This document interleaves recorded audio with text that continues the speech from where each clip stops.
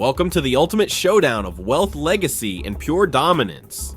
From multi-million-dollar estates to life-changing missions in Africa today, we dissect the paradoxical empire of a left-handed legend. Before we invade his private sanctuary, let's rewind the tape to where this icon was forged.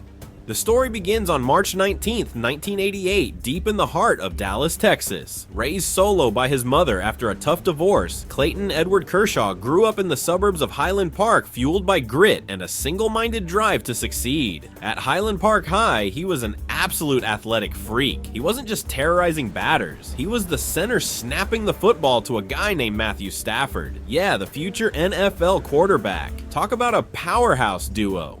But the baseball diamond is where he became a monster. In 2006, Kershaw went on a rampage, posting a 13-0 record with a microscopic .77 ERA and 139 strikeouts. He even threw a perfect game where every single out was a K, unheard of. That season didn't just make headlines, it crowned him the #1 high school arm in America. The Dodgers wasted no time snatching him 7th overall in 2006 and handing the kid a massive $2.3 million signing bonus to kickstart his empire. He tore through the minor leagues like a buzzsaw, embarrassing grown men twice his age. By the time he turned 20, the call came in. He was headed to the big show, ready to unleash hell on the major leagues. Let's break down the footage that turned a rookie into a viral god. It was May 25th, 2008 when Kershaw stepped onto an MLB mound for the very first time and the world was not ready. He unleashed a looping 73-mile-per-hour curveball, a pitch so nasty it made the legendary Vin Scully drop a line about public enemy #1 that would define Kershaw's aura for decades. Fast forward to 2011 and he was untouchable. He snatched the pitching triple crown, leading the league in wins, ERA, and strikeouts, bagging his first Cy Young award. But 2014, that was his masterpiece, his Mona Lisa. June 18th against the Rockies, he stepped up and delivered one of the most suffocating no-hitters in the history of the sport. 15 strikeouts, 0 walks, 0 errors, just pure unadulterated dominance. If it wasn't for a botched grounder by Hanley Ramirez, we'd be talking about a perfect game right now. He secured his 3rd Cy Young and the National League MVP that year, and the Dodgers backed up the truck, paying him a staggering $215 million. But the lifestyle wars aren't just about wins, they're about survival. Kershaw's highlight reel has a dark side, the heart-wrenching collapses. The 2017 World Series against Houston became a nightmare of meltdown clips that haters played on loop. Then the plot twist. The Astros cheating scandal broke, flipping the script entirely. The narrative shifted from he choked to he was robbed. The fans rallied, and by 2018 he was back in the trenches hunting for that elusive ring. But the baseball gods were cruel. Boston crushed him in both his starts, and the critics came crawling back out of the woodwork claiming his dynasty was done. Most guys would run, but Kershaw is built different. He stayed loyal to the soil. Rejecting the exit ramp, he re-signed with Los Angeles for 3 more years and another $93 million. Then came 2020. In a surreal, silent, fanless season during the pandemic, Kershaw finally found his moment of redemption. No crowds, just focus.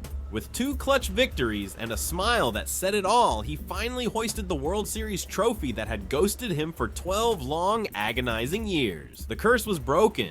By 2022, he was still the king of LA. He started the All-Star game at Dodger Stadium and casually picked off Shohei Ohtani like it was nothing. The next year, the stadium shook again as he surpassed Don Sutton, etching his name in stone as the franchise's all-time strikeout king, a living legend at work. Then in 2026, he smashed through the ceiling that every ace dreams of, but few ever reach 3,000 career strikeouts.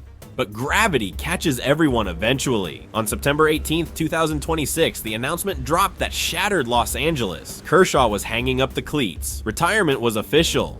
24 hours later, he took the mound for the final ride, closing out the regular season and an era that defined a generation. Now let's pivot to the spoils of war. Where does a titan rest his head? Kershaw's Studio City mansion is straight out of a luxury magazine. Spanning 6,100 square feet, it sits like a fortress behind private gates in the Hollywood Hills. We are talking 5 bedrooms, 6 bathrooms, and a $4 million layout that screams modern California royalty. The chef's kitchen is a showstopper with marble slabs, double ovens, and custom lighting designed for high-end entertaining. The amenities next level, a private home theater with stadium seating, a personal gym for the grind, and a temperature-controlled wine cellar fully stocked for those victory toasts. He even installed a full-blown arcade in the game room, but the backyard is the real MVP, a heated pool and spa, a fire pit lounge, and a private batting cage hidden by trees. It's the ultimate setup for legendary Dodgers barbecues. And yet, in a twist of humility, his daily driver isn't a Ferrari or a Lambo, it's a modest Acura MDX. Now let's look at the power couple behind the empire. Clayton met Ellen back in the hallways of Highland Park High. When he got the millions and she went off to Texas A&M, they didn't crumble. They survived the long distance and the insane pressure of early fame, staying rock solid. 7 years later, in December 2010, they married in the same church they grew up in. Today, they are a force of nature with 4 kids running Kershaw's Challenge, a charity empire building schools and homes from LA all the way to Zambia.